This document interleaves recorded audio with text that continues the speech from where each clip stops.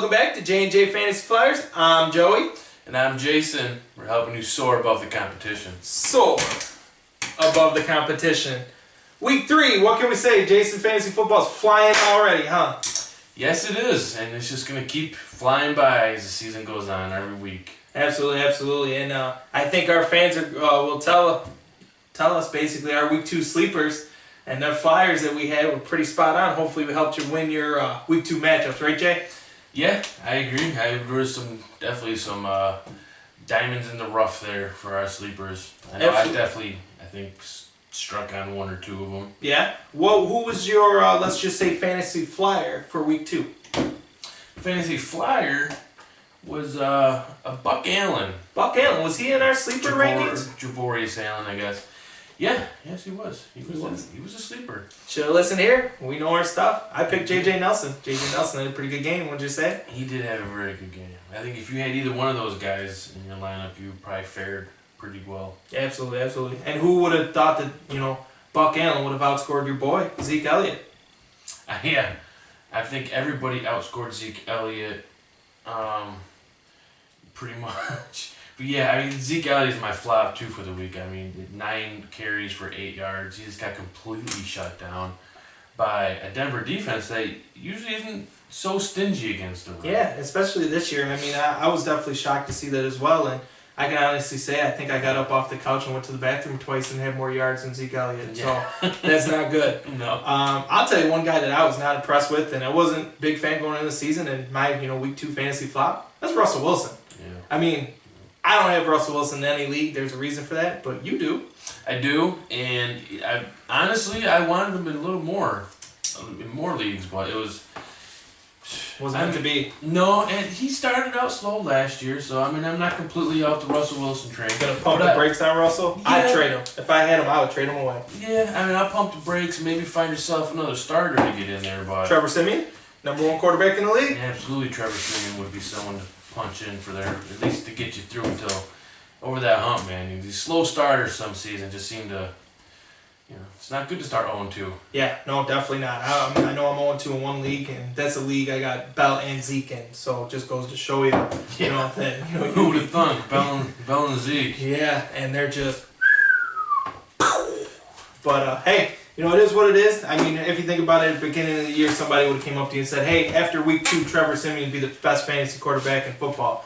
We both would have just laughed. So, and that's part of the game. All we can do is do the research and the work and give you our best assessment. And yeah, we just try to do that every week. And then it's still a game with humans playing. And yeah, I mean, it's just one of them things to where that's why we love the sport. You never know what's going to happen.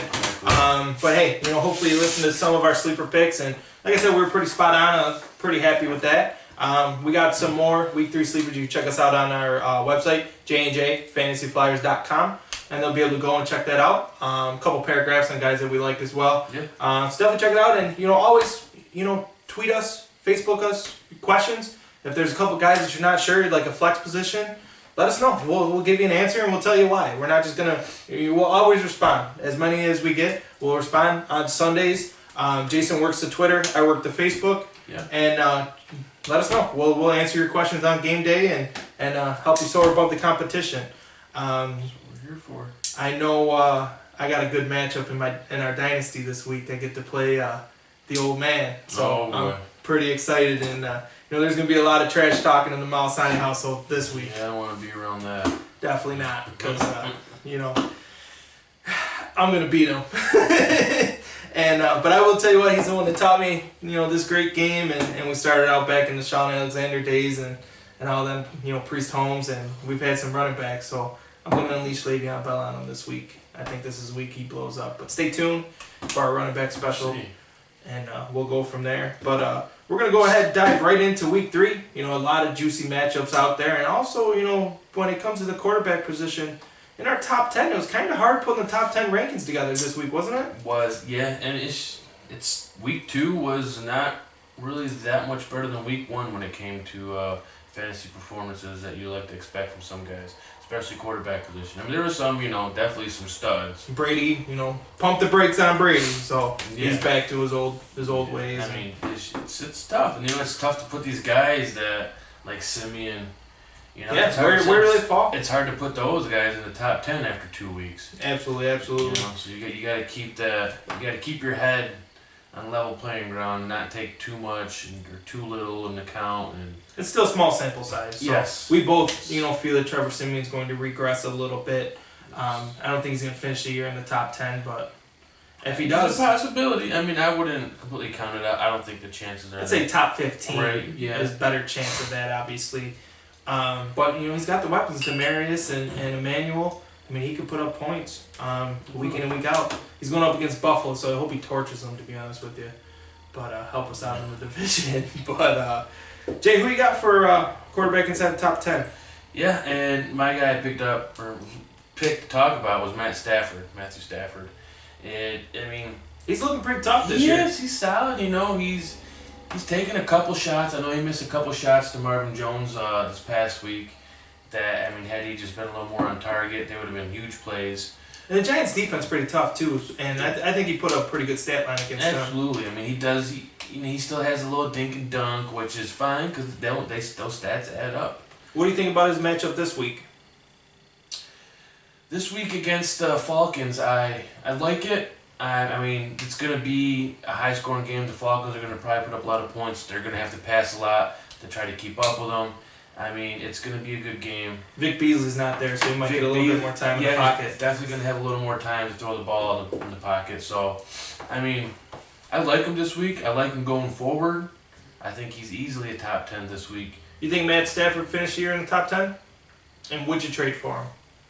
I do think he finishes in the top 10, and no, I mean, I'm not really into trading for quarterbacks in general. So yeah, you pretty much got your quarterbacks at this point. I know. Yeah. Andy Dalton kind of stinking it up, but yeah, I mean, if you missed on your quarterback, there's other options out there, or just tough it out with a couple of these guys that maybe aren't performing up to par yet. Yeah, absolutely. And that kind of leads me into mine. I'm going to go with their number 10 rank, and that's Marcus Mariota. I'm going to tell you guys I love Mariota. However, this week, I think I'm tempering expectations a little bit lower than normal playing against Seattle. So I definitely, I like Mariota. I think he puts up, decent numbers. He hasn't really had that explosive game yet. He is home against Seattle, so that's better than being in Seattle. I think the big plays are about to come. I think Corey Davis is going to get unleashed here at some point. He's starting to build trust with his wide receivers. I think it's just kind of like building up to that big plateau. I mean, last year, Jay, was what, weeks 5 through week 12 when Mariota really kind of hit his stride. Yeah, I think he was the number 1 or number 3 quarterback for that span. Albeit it was, I think it was actually one of the easiest fantasy schedules like ever. Yeah, but still, I mean, he still has to play the AFC South. Yeah, so. An NFL team is an NFL team. I know what you look at it. So. No, I agree. I just think, this week you should maybe temper your expectations a little bit. But then again, Seattle doesn't look like the Seattle of old. I mean, their defense is still there, but there's points to be had there. I think Marcus Mariota is still a safe play. I want to put him in the top 5 like I normally do. But I think if you have him, you got to start him. Unless maybe you have, a Roethlisberger or Kirk Cousins or somebody with a little bit better matchup. But absolutely. I mean, other than that, and here's another guy, that I would like to talk about it as well, a little bit lower down. And that's Jay Cutler. He's our 14th ranked quarterback. Jay Cutler's playing the New York Jets. I mean, you're going to hear it a lot throughout this season. Whoever's playing the Cleveland Browns and whoever's playing the New York Jets. Yeah. I mean, put them in your lineup. Yeah. I mean, is there a chance that, let's say, I have both these guys. I have Marcus Mariota and Jay Cutler. Do you think, playing Jay Cutler over Mariota would be that far-fetched of an idea? I don't, actually, at all. I mean, typically based on matchups. And Cutler looked good. He did look good. He's got plenty of weapons. Yeah, they got the weapons there, and that's his second week with them weapons as well. I mean, Jarvis Landry's got all them catches. Mm-hmm. I mean, that's as Dolphin fans and fantasy football owners, a lot of people are down on Jarvis Landry not knowing what his role would be with Cutler, and I think that they kind of proved that. Yeah, absolutely. We'll even get to him later on, too, in the show. So Absolutely, and I just think Cutler had a solid week 1. For the little time that he spent with everyone. It was just a lot more dink and dunk than I thought there was going to be, and he still took the deep shots. Yep, and I think the deep shots are going to come more as he learns the offense as well. But I think in the Jets, I think he could have 250 yards and 2 touchdowns. Yeah. And I mean, that's all you're looking for out of your quarterback. That's it. Yeah. So I mean, I like Jay Cutler this week. I got that decision whether or not to play Mariota over him. I just don't know if I could sit Mariota. That's my boy. So, who do you got a little bit deeper? I mean, so we actually touched on this guy is Trevor Siemian. It's basically he's the number one quarterback, I believe, or if not, he's the top 3. I mean, he's looked good, and not just it's not all. It feels like he game script. He's taking shots. He's accurate. He's got the playmakers to make the run after the catch.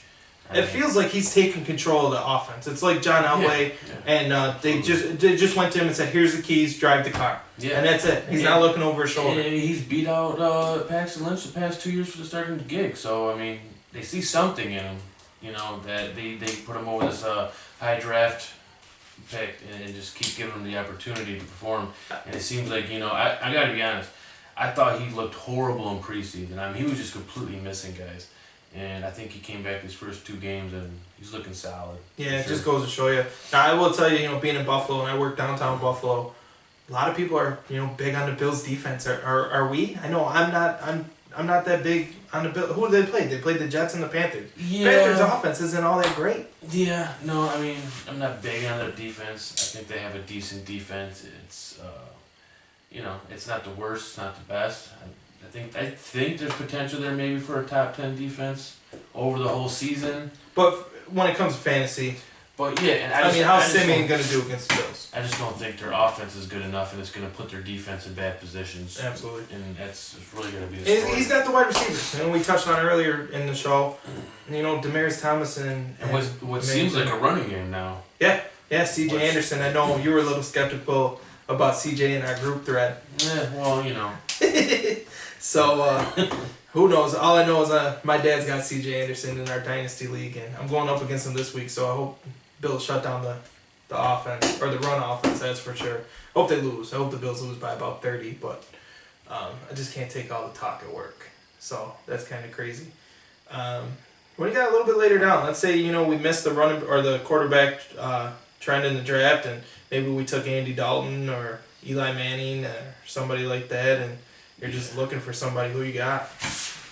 Yeah, and I mean, a lot might be surprised by this one, but it's DeShone Kizer. Is he going to play this week? He is. That's what reports say. His injury wasn't anything bad. He's fine. It's against the Colts, which we know how bad the Colts defense is. I mean, he's got a baseline for rushing, which always helps. So, he's not going to come out there and put a complete stinker up. He's going to, get you those maybe 40, 50, 60 yards rushing guaranteed. And, I mean, I don't think the kids look bad. Yeah. I mean, I think the Browns overall, they're not the same old Cleveland Browns that they've been. No, and everyone keeps putting them in the pits with the Jets, and I don't necessarily think they belong in the pits with the Jets. I think that they could surprise and win 5-6 games this year and, not fight for the number 1 overall pick. Let me ask you this. If you had to start one, let's say you're down in leagues, because I know one league I got hosed on quarterbacks. I missed the trend. Would you start DeShone Kizer over my guy Eli Manning? I know Eli looks bad. I mean, who do the Giants play? Giants are playing the Philadelphia Eagles. Tough D. Yeah, I mean, I probably would. The way he's looked this year, and the Eagles defense has they been, swarm, man. Yeah, and those divisional games they almost always are. I try to steer clear because the divisional games are usually defensive battles. Yeah. For the most part. I'll have to look into that, see if Kaiser's maybe available on my waiver wire. I mean, I went with Eli. I'm so disappointed in that offense. I mean, look at the weapons. You had Marshall, Beckham, Shepard, Ingram. I mean, their run game is non-existent. That offensive line. It's offensive line. I mean, how many Eric Flowers jokes have we seen? I mean, that dude, a swinging door would be better than him. I mean, he is bad. I don't think that I've seen, watching that Monday night game, I don't think I've seen something that bad in quite some time. And Miami's had a bad offensive line in the last couple of years. Yeah, I agree. Like it's just, I feel bad for the defense because they've been put in such horrible positions. I mean, they put up 31 points against them, and it's not even their fault. I mean, how do you stop them when they get the ball on the 30-yard line? Yeah, I mean, it's just, I don't know, it's ugly. And it sucks because, I mean, I love Odell Beckham, and I think I'm pretty relieved to see him play Monday night. Yeah. It looked like he cut and this and that. I know he was on a pitch count. He didn't play that much, but he looked good when he was out there. I think good enough to where coming into this week he's going to be in your lineup without question. He was in and out of his breaks. He did a little fancy footwork, so it wasn't all. It was good to see. And he said going in he's only 80%. So. And 80% of Lil Beckham is better than some people at 100. So most people at 100. Yeah, I mean that dude's just a freak. I think the offense is gonna get going. I'm gonna kind of steal Aaron Rodgers' line and say kind of relax on the Giants. I mean Brandon Marshall can't be that bad. No, I think they're gonna figure something out with this line. I don't know whether they try to get Eli in the shotgun more, or they try more dink and dunk passes. Just quick passing. Something. They got to do something to get the ball out of his hands. Absolutely. And the running game going would be huge help. Yeah, maybe get Shane Green a little bit, more involved. Yeah, I think he's the guy. He's one of our sleepers this week because I believe, Perkins just ain't doing it for him right now, and I think this is going to give Shane Green maybe a shot to do something and see what he can do, which is bend the better back. Yeah, definitely. And that's not saying much, but especially in PPR, I think they're going to get that back more involved. Eli has no time to throw. But I think they're going to get it corrected. I mean, the Giants are the Giants. They have the pedigree. And Ben McAdoo better get it figured out. He better get it figured out now. Because he's pissing a lot of fantasy owners off. So, he's probably pissing off the head office there, too. Absolutely. Because, they look atrocious. Yeah. And the whole division's 1-1. Minus, the Giants at 0-2. So they need to pull it together. And they need to pull it together now. So, right now. Like... yesterday. So I'm sure the meetings didn't go over all that well for them as well. And to kind of talk about bust kind of so far, it's going to lead us right into our running backs. And my guy, who I stood on the table for, said you should take him number 1 overall, it's Le'Veon Bell. Le'Veon Bell. Do you think we'd be talking about Le'Veon Bell being a flop? No, I can't say I have. I don't think we are anyways. I mean, Le'Veon Bell's been our number 1 ranked running back every week since the season started. And he still is. I mean, to be honest with you, the guy's had, the fifth most touches per game in the league so far, 22. I mean, it's just them big explosive plays aren't there. And I just think it's the fact that he's played some pretty good defenses. I mean, Cleveland I don't think is that bad. And he had no training camp. So that's the big thing I think was going to affect him early on is not having training camp, not being in football shape. Yep, absolutely. And once he figures it out. Yeah, I mean, I was reading up on Bell earlier this week, and he's playing the Chicago Bears. There's points to be had against the Chicago Bears. Let's face it. I think they make a pitch to get Bell involved. I think he gets in the end zone twice this week, and the Bears give up the 4th most points per drive.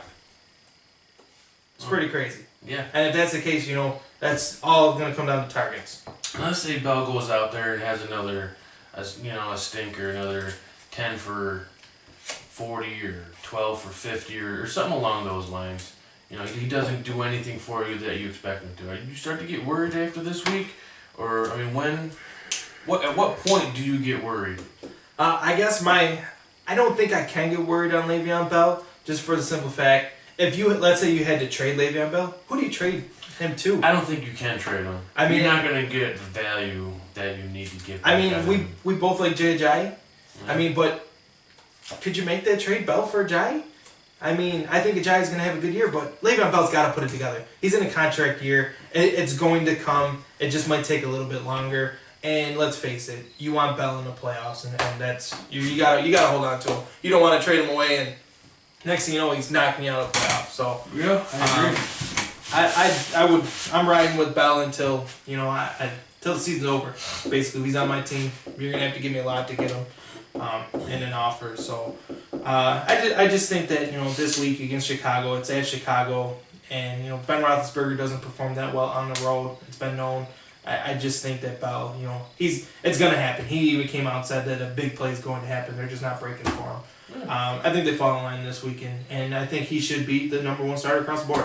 I mean, if you had to pick a better running back to play this week, I mean, we got Ajayi and Devontae Freeman 2-3. I don't think that there's an argument to be made that they shouldn't be. Maybe Ajayi playing the Jets? Yeah, I mean, Ajayi is obviously playing the Jets because I think, I don't want to say easily, but he could outproduce Bell this week just based on the game script. He's going to do the same thing. I think he saw 22 carries last week. Yeah. And, I mean, he put up over 100 yards and against his Jets. I mean, he's going to probably break a few big ones. They're probably going to get ahead early, and they're just going to probably feed him the ball. I mean, they only gave one other touch to another running back the whole game. And he looks good, man. Pouncey's in the middle. Yeah, and Damon Williams, I think, lost 5 yards on the one touch they gave him or something. It was...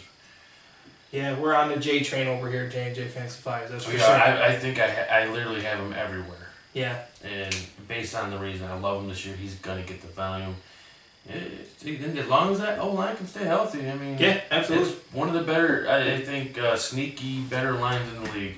Absolutely. So, but yeah, I mean, that was my guy that I wanted to touch on the top 10, so... Yeah, basically, I mean, we're going 1 and 2. There's no brainers. These guys are in your lineup. I just kind of want to touch on Le'Veon Bell. Don't panic. Yeah. You know, there's no reason to panic on Bell. And Ajayi, you know, he's tough. He's looking good. I think Jason's bold prediction might be coming true. So we'll see. I mean, that would be nice. Well, with Johnson going down and Zeke Zeke's even lack of effort on them couple plays. I mean, I believe it's getting blown out in the media, but he just has it looking.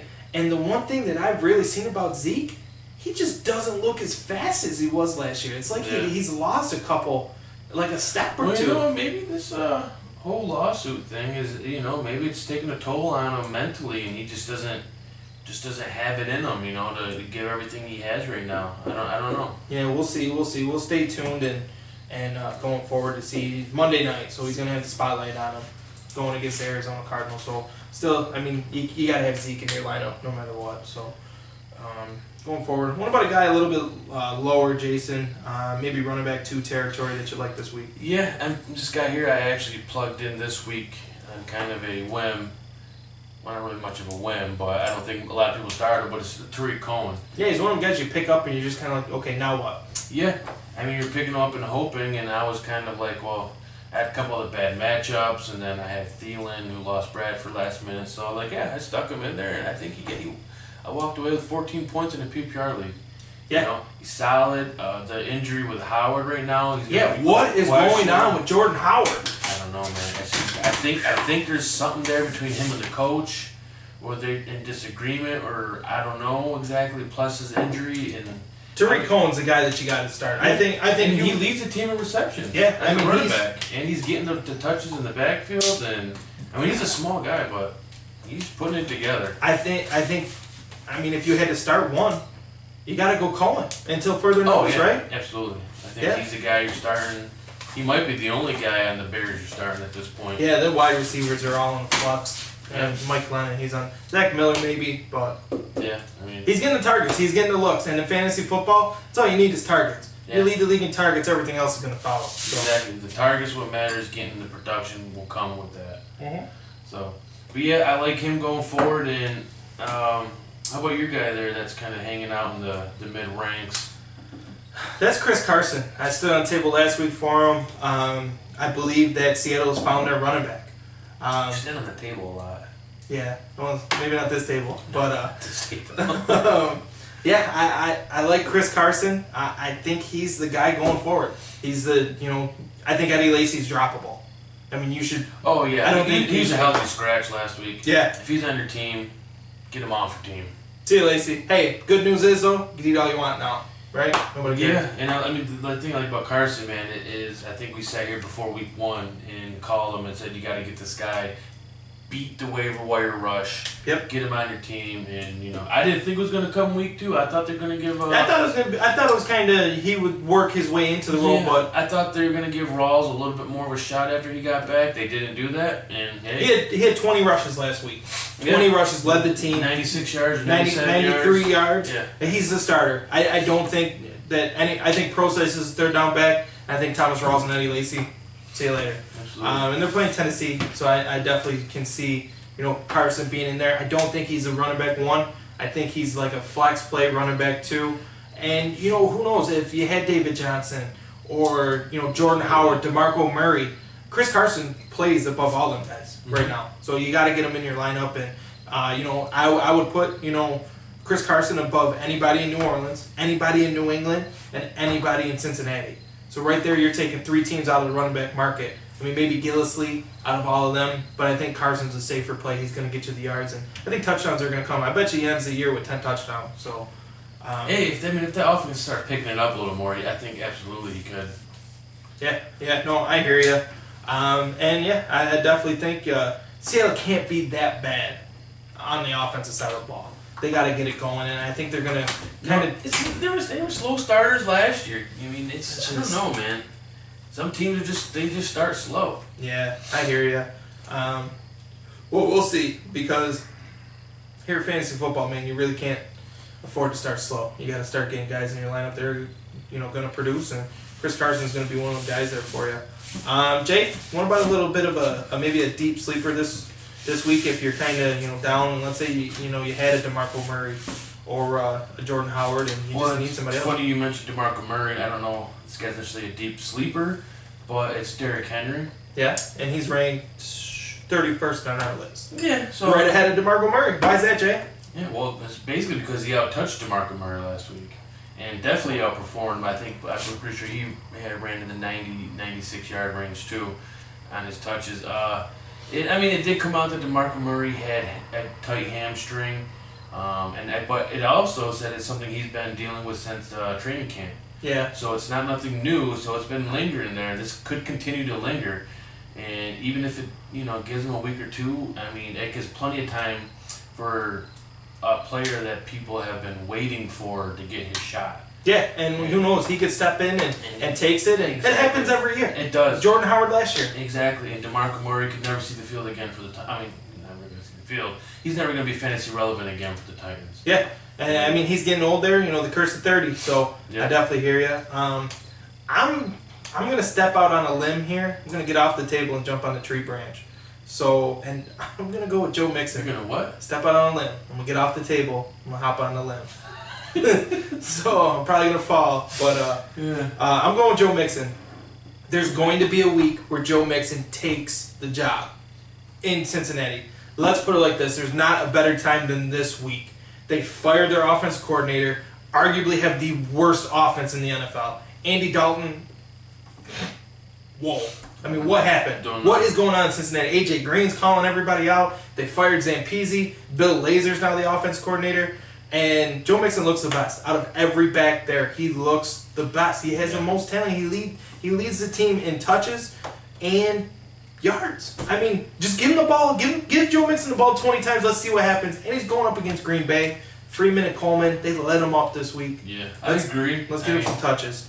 And we warned you going into this year that it's going to be slow going for Mixon until he works his way started, because it's just not what he does. And the Bengals coaching staff, they have a history of just not handing the job over to rookies for whatever reason.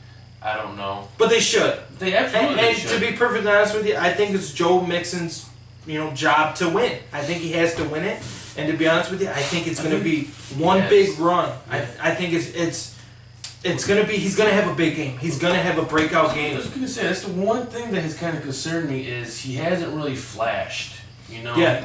And that's something you like to see. He might be struggling overall, but he's still giving these flashes. Mm-hmm. And you have to see he looks good, though, man. He does. Houston's defense was kind of tough, and they're swarming to the ball, but he's making a couple guys miss. And right there, if you make the first two guys miss, you could turn the corner. It just so happens that, Houston was there, and they had no passing game whatsoever. So it's really not helping out the run game anyways. No. But if I could tell you anything, get ahead of the Joe Mixon trend.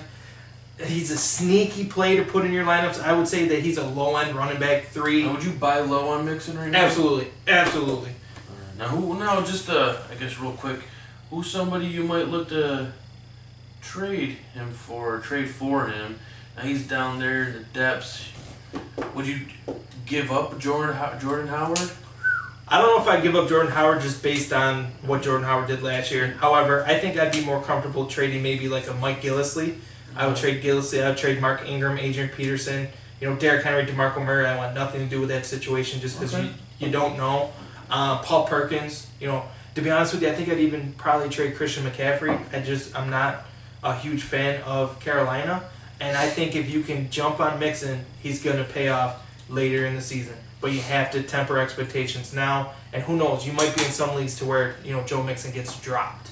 because he's borderline droppable right now. I think one more week like this, he might be dropped. And he was drafted in the 5th, 6th round, maybe 4th round in some leagues. Yeah. And if that's the case, I mean, who knows? You might have some rookie guy who's not watching J&J Fantasy Flyers, just drops Joe Mixon. Go pick him up. Wouldn't be watching us though. Absolutely. But hey, if you're thinking about dropping Joe Mixon here, you're obviously not paying attention. So he should be on your roster. Yeah. And if he's out there, go get him. Go get him right now. 18 leagues, 10-team leagues. I don't know who's in an 18 league anymore, but go get him. Put him on your lineup. Put him on your bench. Wait till he blows up. And I think he's got a good shot against Green Bay. Would you agree or? Yeah, absolutely, I agree. And I think actually I'm going to jump from Mixon and kind of stay on that Cincinnati train of thought or whatever. Yeah, and I'm going to talk about my wide receiver in the top 10 is AJ Green. And I guess the main thing is there's a lot of concern about AJ going into this year after the first 2 games. And I'm going to throw a couple quick stats out there. Now, over the first 2 games, he has 5 for 67 and 5 for 74, which is 10 for 141. Yeah, I mean, to be honest with you, I think AJ Green is the only bright spot in Cincinnati. Yeah, which isn't that bad. I mean, that's his floor. And just to give you perspective, last year, in weeks 2 and 3, he went 10 for 115. And then again in weeks 5 and 6, he went 10 for 138, which are both worse than what he done in week 1 and 2 this year. And even if you go back to 2015 in weeks 1 and 2, he went 8 for 108, where he finished with 1,300 yards that year. Absolutely. And I mean, last year when he had these 2 sets of bad back-to-back games, he was on pace. I mean, he was the #1 receiver when he got hurt last year by far. Yeah. I mean, he was closing in on 1,000 yards after 9 weeks. So I mean, it's what he does. Some games he puts these games together, but I mean, he's AJ Green. He's gonna be fine, and this is his floor. I wish you could have a guy that's floor is 5 for 70, 5 for 60. You're not worried about that offense and how bad they're looking, switching to offense coordinator, or you think AJ Green called him out and he's getting the ball? Yeah, I mean, he called him out, and I think they're going to do everything they can to get him the ball and see what he can do. I mean, he's not usually a outspoken like that. You know, he's a guy, he's a grinder. He shows up, does his part, goes home, and that's it. You know. Yeah, and I mean, he's got to the point where like something's got to change, man, because it's just not working for him. Yeah, and it doesn't look like AJ Green's lost his step at all. I think he's still the same AJ Green. He went up in what, 3 defenders? Oh yeah, that triple cover. I mean, I don't even know if Andy Dalton knew where he was throwing. I think he just launched the thing. I was like, oh, there's AJ. Yeah. And just threw it. And he's definitely looking for AJ Green. I mean, I don't know what he was doing that one play where he was like, it was pointing like to the AJ Green and they just threw it out of bounds. But I mean, I think it gets better there in Cincinnati. I think there are some bright spots. I think the schedule is going to get a little bit easier. I think there's some points to be had in the Green Bay game as well. Absolutely. So I would go with you there on the AJ Green trend. Absolutely. And Andy Dalton just can't be that bad. No, I don't think he's that bad. So we'll see. It's tough, but no, I definitely pumped the brakes. I mean, AJ Green kind of took a little bit of a dip in our rankings here, being ranked 6th, but he definitely could finish the week in the top 3. I don't think anybody is going to question it. Yeah. My guy, though, I believe is going to finish this week as the #1. I know you're actually a lot lower on him than I am. That's why our consensus has him 4 overall. That's Mike Evans. Mike Evans is my #1 ranked wide receiver going into the year. I know we had this debate, Evans and Brown, and I think everything that I had talked about, the targets are still going to be there. They're looking for Mike Evans. And that's the case. I mean, Jameis Winston is looking for Mike Evans when it gets to the red zone. Deshaun Jackson. I mean, Mike Evans came out and said it was nice not to be double coverage. Oh my goodness, that is scary. He's going to put up the most points that he's ever put up in fantasy football in 2017. And I'll tell you right now, if you have Antonio Brown, I would offer a trade. I would offer Antonio Brown for Mike Evans straight up right now. It might not pay out on some certain weeks. I think Antonio Brown has a higher ceiling. But I think Mike Evans has a higher floor. I mean, the guy had 9 targets, 7 catches. He had a touchdown last week. He's going to put up consistent points week in and week out. You're not worried about the Vikings secondary or defense? Not at all. No. I mean, don't get me wrong. They didn't shut down the Steelers. I think, Tampa Bay's offense is good enough. I don't think they're quite up there with the Steelers, but they have the weapons. Don't get me wrong. I like Xavier Rhodes. I'm not sure if Mike Evans is really going to blow it up this week, but I think he's going to have 8 catches, somewhere around 60 to 100 yards, and I think he's going to get in the end zone. And right there, that's consistency, and that's going to put you right there. He might not have the best week 1. I mean, he is ranked 4th. I had him ranked 2 for me personally. I think he's right there. He's going to be right there, consistent there for you going forward. And he's got the high floor, and that's what we like in with guys. So no, I mean, it's solid. You can't really argue with any of that. So. No, I mean, these guys are in your lineup anyways. It's just kind of, AJ Green, a lot of people are getting concerned, and with Mike Evans, I just wanted to highlight the fact that I told you guys to pick him number 1. So, but what about a guy that maybe there are some questions with, and whether or not he should be a wide receiver 2, maybe wide receiver 1. I think we're picking guys from the same team on this one in the second tier. Yeah, and I think both these guys, well, my guy, Landry, and I'll just give your guys going to be Devontae Parker. Absolutely. And you saw a trend going into the season after Tannehill got hurt and, excuse me, and Jay Cutler signed. It was Landry's falling down draft boards, Parker shooting up, especially after the one preseason game. Yep. Where Parker was just so heavily involved. And they didn't even throw Landry's way, really. No. And to come out here, man, and see Landry get 15 targets and 13 catches, I was surprised. I did not expect that at all. Nope. And, it's good to see, and I think maybe as Cutler becomes a little more comfortable again and he builds a little more rapport, he'll be looking more down the field and he won't be doing the dink and dunk as much. Well, let's just put it like this. Jarvis Landry is obviously going to get all the scraps underneath. He's going to put up some catches. Oh, yeah, and 13 catches, and he didn't even touch 80 yards. Once that vertical passing game with Parker and Stills gets going, just imagine Stills on one side, Parker on the other, running go routes, and Landry, man, with nobody underneath. Landry's going to put up some yards. It's the Jets. I mean, if we're doing a daily league this year or this week, you can see a Cutler, Landry, Parker stack. Oh, yeah. I mean, I think Parker's going to get further into the offense. He had 9 targets last week, 4 catches for 85 yards. And to be honest with you, that one catch he had, that was A.J. Green-esque. Yeah. I mean, he went up and he took it away. He's got that skill set, the body size, the whole athleticism of a Julio, A.J. Green type. Absolutely. And I know we're both Dolphin fans here, but there's a lot to get excited about in Miami. I mean, they have the storyline. Yeah. Lose their starting quarterback, Jay Cutler. Smoking Jay Cutler. Hurricane Irma. Who knows? And now with, Timmons leaving and, we just traded for that young linebacker. I mean, they have the storyline, and every year there's some story. And that offensive potential in Miami, it could be right up there with New England and New Orleans. Wouldn't you agree?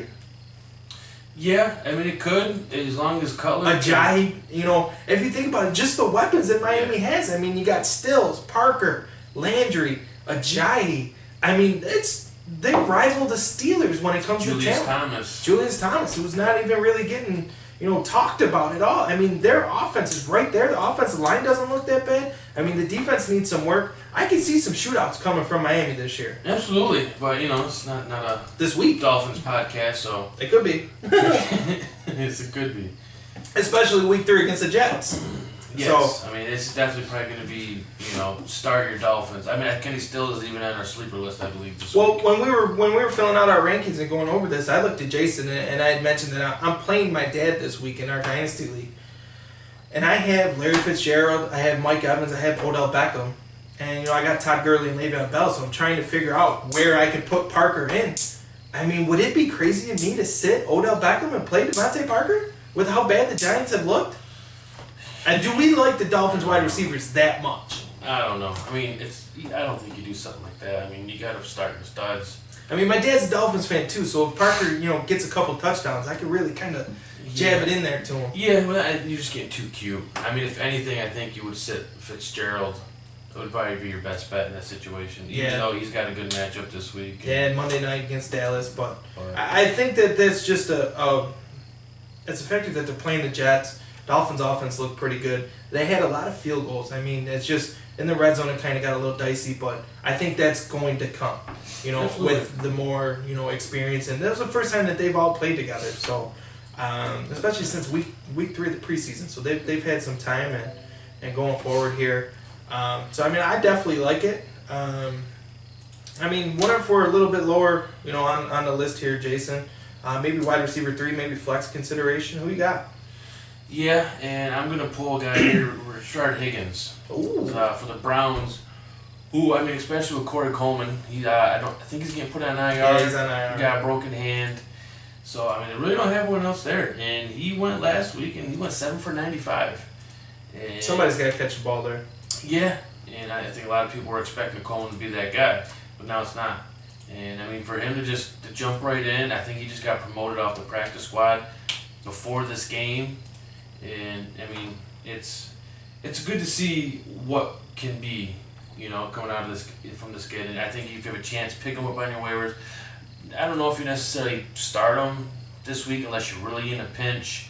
I mean, they're playing the Colts, so there is that matchup, the potential that he could have a big game. But he's definitely somebody I'm watching and I want to get at least on my bench for now. Worth the stashes. Jason, we actually got a question that just came in here on our Facebook, J&J Fantasy Flyers, and it's a who would you start question. It is Isaiah Crowell or Amir Abdullah. I don't mean to put you on the spot, but it just came in.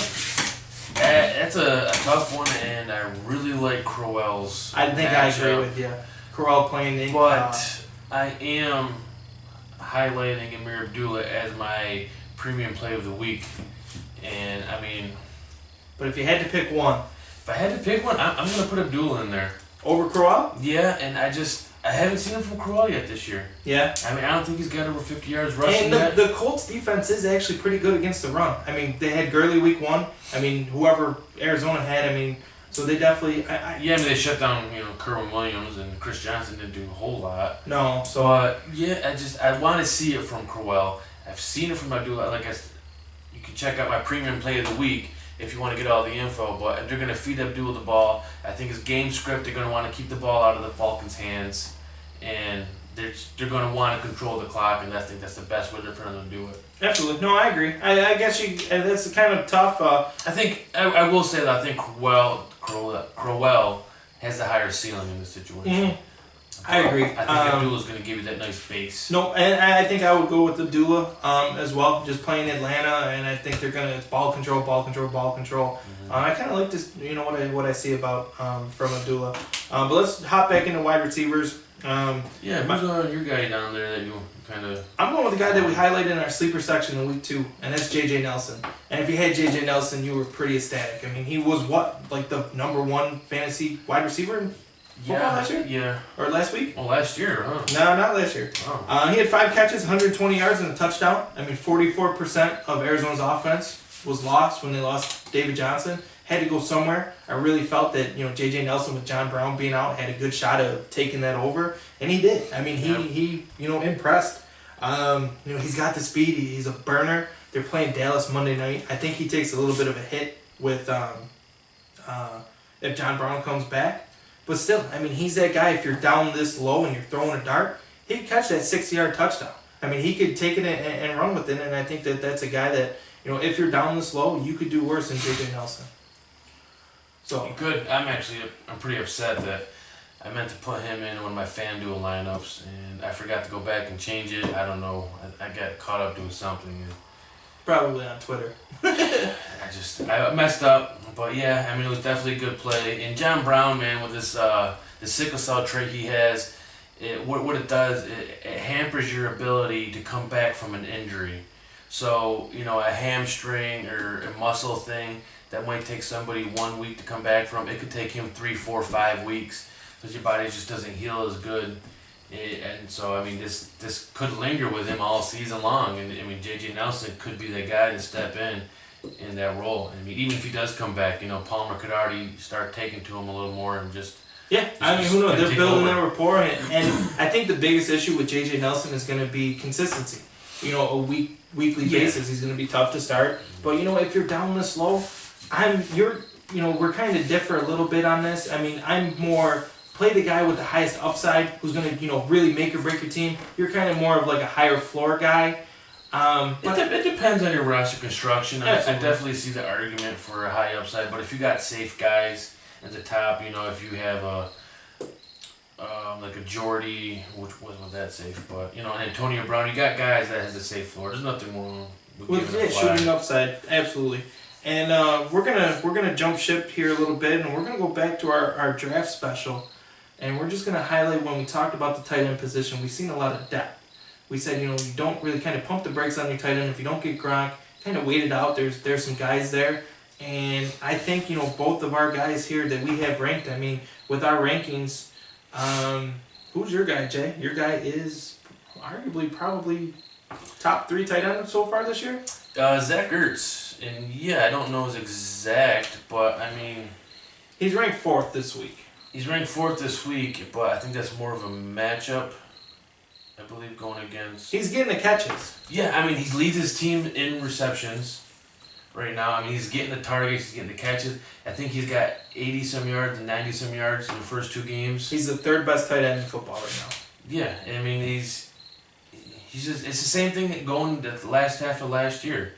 And he's just getting hammered with targets, and he was hurt the first half of the season last year. Yep. I think this is who he is. This is who he's shown flashes of the past couple years. Towards like the end of the season, he kind of gets a lot of catches and builds a lot of rapport. Yeah. And then you get real excited to take him. Then he flops the beginning. This might be the first year that Zach Ertz puts it together all 16. Together. Yeah, I absolutely agree. And if that's the case, and he does what he's capable of doing it and continues this trend, he's going to be a top 3 tight end at the end of the year. Right with Gronk and Kelce. He absolutely could be one of those top 3 guys you're talking about, taken in the first 5 rounds next year. Yeah, absolutely. I mean, I definitely agree with you, and I like Zach Ertz, and I think he's got a good matchup this week, too. I think if you were to attack the Giants, I think it's over the middle. It's Zach Ertz and the tight end spot. We saw Ebron not have a very bad game last week. No, he was pretty good. I mean, definitely, going forward here, I think that Jenkins comes back. I think it kind of shuts down Alshon Jeffrey a little bit.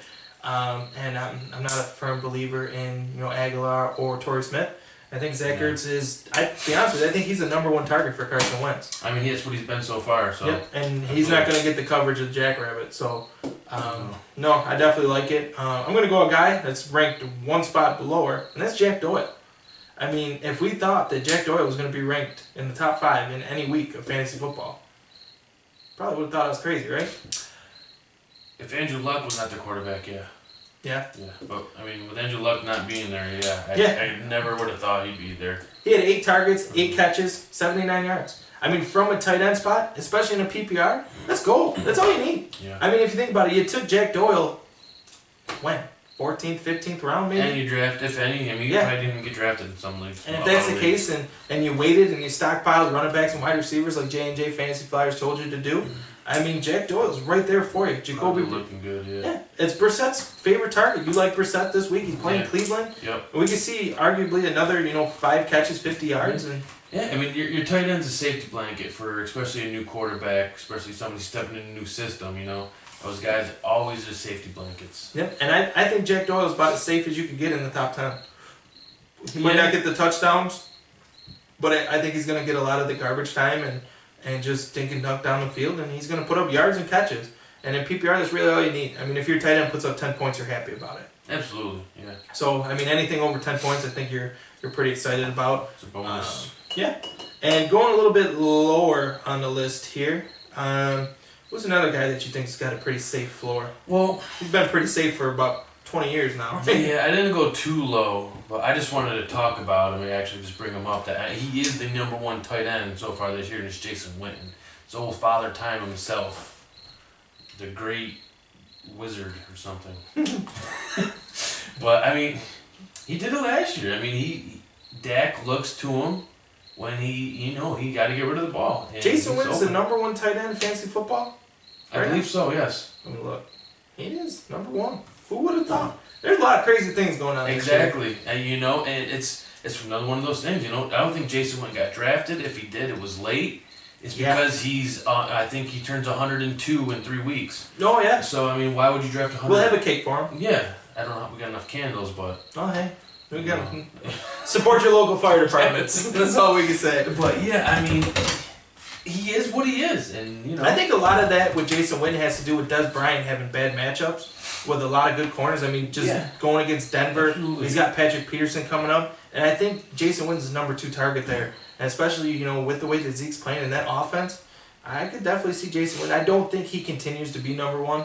No. But I think he's... I could see him finishing the top 10. At ranking, 9. I think that's right about where he's going to finish the year. And Yeah. if you got him on your team, who knows? Maybe you took a Jimmy Graham. Would you start Jason Witten over Jimmy Graham? Oh, yeah. I mean, at least until you see Jimmy Graham do something. Absolutely. Absolutely, yeah. Nope, I agree. And I'm going to go a little bit deeper down with their number 12 ranked guy, and that's Hunter Henry. I didn't know in a couple leagues we were in, Hunter Henry was dropped after week 1. He had 0 catches week 1. However, against the Dolphins, he came out, had 7 targets, 80 yards. Antonio Gates got his touchdown. I think that the Chargers really wanted to get Gates the record, and I think you're going to slowly and surely start seeing Gates get phased out of that offense. And I think Hunter Henry this is when he takes his step up. If you could buy low on a tight end right now, I think now is the time to get Hunter Henry. They want to get him involved more, and you've seen the report between him and Rivers, just dink and dunk down the field. Yeah, I mean, I like Henry. I haven't been that big on him just because I think you're going to get a lot of this game script. You're going to get Antonio Gates one week. You're going to get Hunter Henry the next week. You're not going to know when to start and when to not. That's my personal opinion. But if you feel differently, I don't think you can go wrong. I think he's got talent. He's going to have opportunity. You've seen what he can do last year. Offense. Absolutely. I mean, I can't argue your point. I just personally, I don't like him because I don't know what his upside is going to be week to week. He's a tough play, but I mean, let me ask you right now, would you play Hunter Henry over Tyler Eifert, who's got the name? Yeah, I mean, right now he would. Until that Bengals offense show it can do something, Eifert can... Yeah, and I mean, what about Hunter Henry or Jimmy Graham? I mean, yeah, I think you got to go Hunter Henry. I mean, Jimmy Graham has literally done nothing. I mean, I don't know if you can just sit there and keep taking zeros and waiting. Yeah, I hear you. I mean, I'd rather put him on my bench and let him do something first. Miss that first breakout game. Yeah, no, I hear you. I'd say in a 12-team league, Hunter Henry's a starting tight end. Tight end number 1. I think he's low end 1, high end 2. Yes. But I mean, I like him personally over Coby Fleener, Charles Clay. I just think that like we had said, if you get 10 points from your tight end, you're happy about it. Absolutely. I think Hunter Henry has a really good chance to do that on a week-to-week basis. It's one of them things here. I'm going to go a little bit deeper here, though, to our guy who's ranked 22nd. And I think we've talked about him in every show that we have ever done. I think we have, yeah. And that's George Kittle. I mean, Kittle and bits. What's not to like about George Kittle? I mean, just for the simple fact, they played on the 49ers, but... Yeah, but I think that helps them. I mean, to be honest with you, they got rid of Vance McDonald. They like Kittle. The only thing that scares me about Kittle this week is he is on the injury report, and they do play Thursday night. They're playing up against the Rams. Kind of tough matchup last week with Seattle. However, he still had a couple catches and going forward. I think he's going to get better and better as the year goes on. I know he's ranked 22nd. If you're down this low, I don't know if I would start Kittle this week because I don't like guys on Thursday night. But I think Kittle is a guy to where you should grab him now. Stash. Yeah, stash him on your bench. Yeah. I think he's going to pay off for you in the fantasy playoffs. And to be honest with you, actually, I think I like your guy. And I think you're talking me into your guy a little bit more. Yeah, and I'm going here with Ed Dickson. He's the tight end now for the Panthers now that Olsen is out.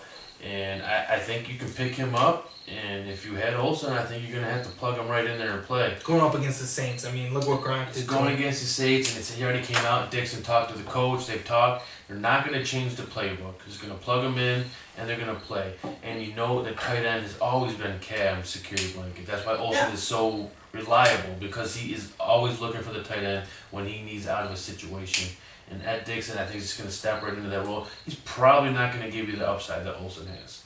He's just not the same type of player. If he was, he'd be starter. But I mean, how many times have we really seen, Ed Dickson get a touchdown? And you're just kind of like, oh, okay. I mean, he's been, exactly. He's been, some weeks fantasy relevant on, grabbing touchdowns. Now with the number 1 role and he's the only other tight end there, I mean, I could see him kind of breaking out and going forward. Yeah, I mean, I believe he had 9 targets last week after Olsen got hurt. Yeah. I mean, I want to say, I'm pretty sure I watched him drop a ball in the end zone. Did you? I didn't watch too much of that game, but... Well, I mean, it's 9-3. How could you? Yeah. I mean, especially when there's so many more games going on. Yeah. It's just, that was tough. But, yeah, I mean, especially for the Olsen owner or even Gronk, I don't know what his outlook is for this week. He said he was okay. I think I'd be more worried about, maybe a Jordan Reed, Tyler Eifert this week. They both kind of scare me. It kind of sucked because one league I have Reed and Eifert. So... Yeah, I mean, Dixon is guaranteed to be on waivers. Probably not 0% owned, maybe 1%, and maybe like 50-team leagues. Yeah, I don't NFC know. only maybe. Yeah, so I mean, yeah, pick him up, and if you're one of those you need a starting tight end, put him in. Yeah, absolutely. I mean, hey, he's going to get there. He's playing against the Saints, and I think if we have seen anything this year, a trend that's going to continue, it's going to be the passing attack against the New Orleans Saints. That's just a year-to-year storyline. Yeah, Sam Bradford blew him up. Kyle Rudolph had a good game. Gronk had a good game. Now it's Ed Dixon's turn. So I will tell you what, though. My dad does have Cam Newton, so I hope Ed Dixon maybe gets a rushing touchdown. So, but it's literally going to do an end around. Yeah, to Ed Dixon, he'll never see it coming. But that's going to take us to everybody's favorite part of our show here, the Week 3 rankings. No, it's not the end.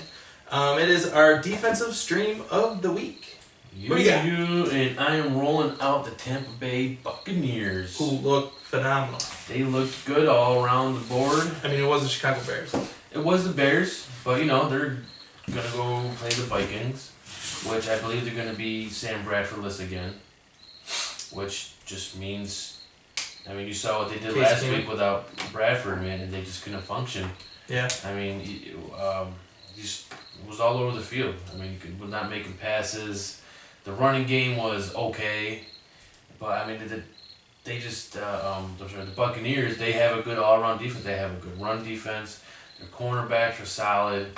I think it's going to be a very tough game for the Vikings. Do the Buccaneers take kind of a hit down if Bradford does play? Yeah, they do take a hit down. I'm not going to be as high on them. But I think they're still a solid play. I think they still get a couple sacks. They'd probably get. I don't know if they get an interception or not, but yeah, they could keep the game, under 20 points and get you a couple sacks. I think that's a fair.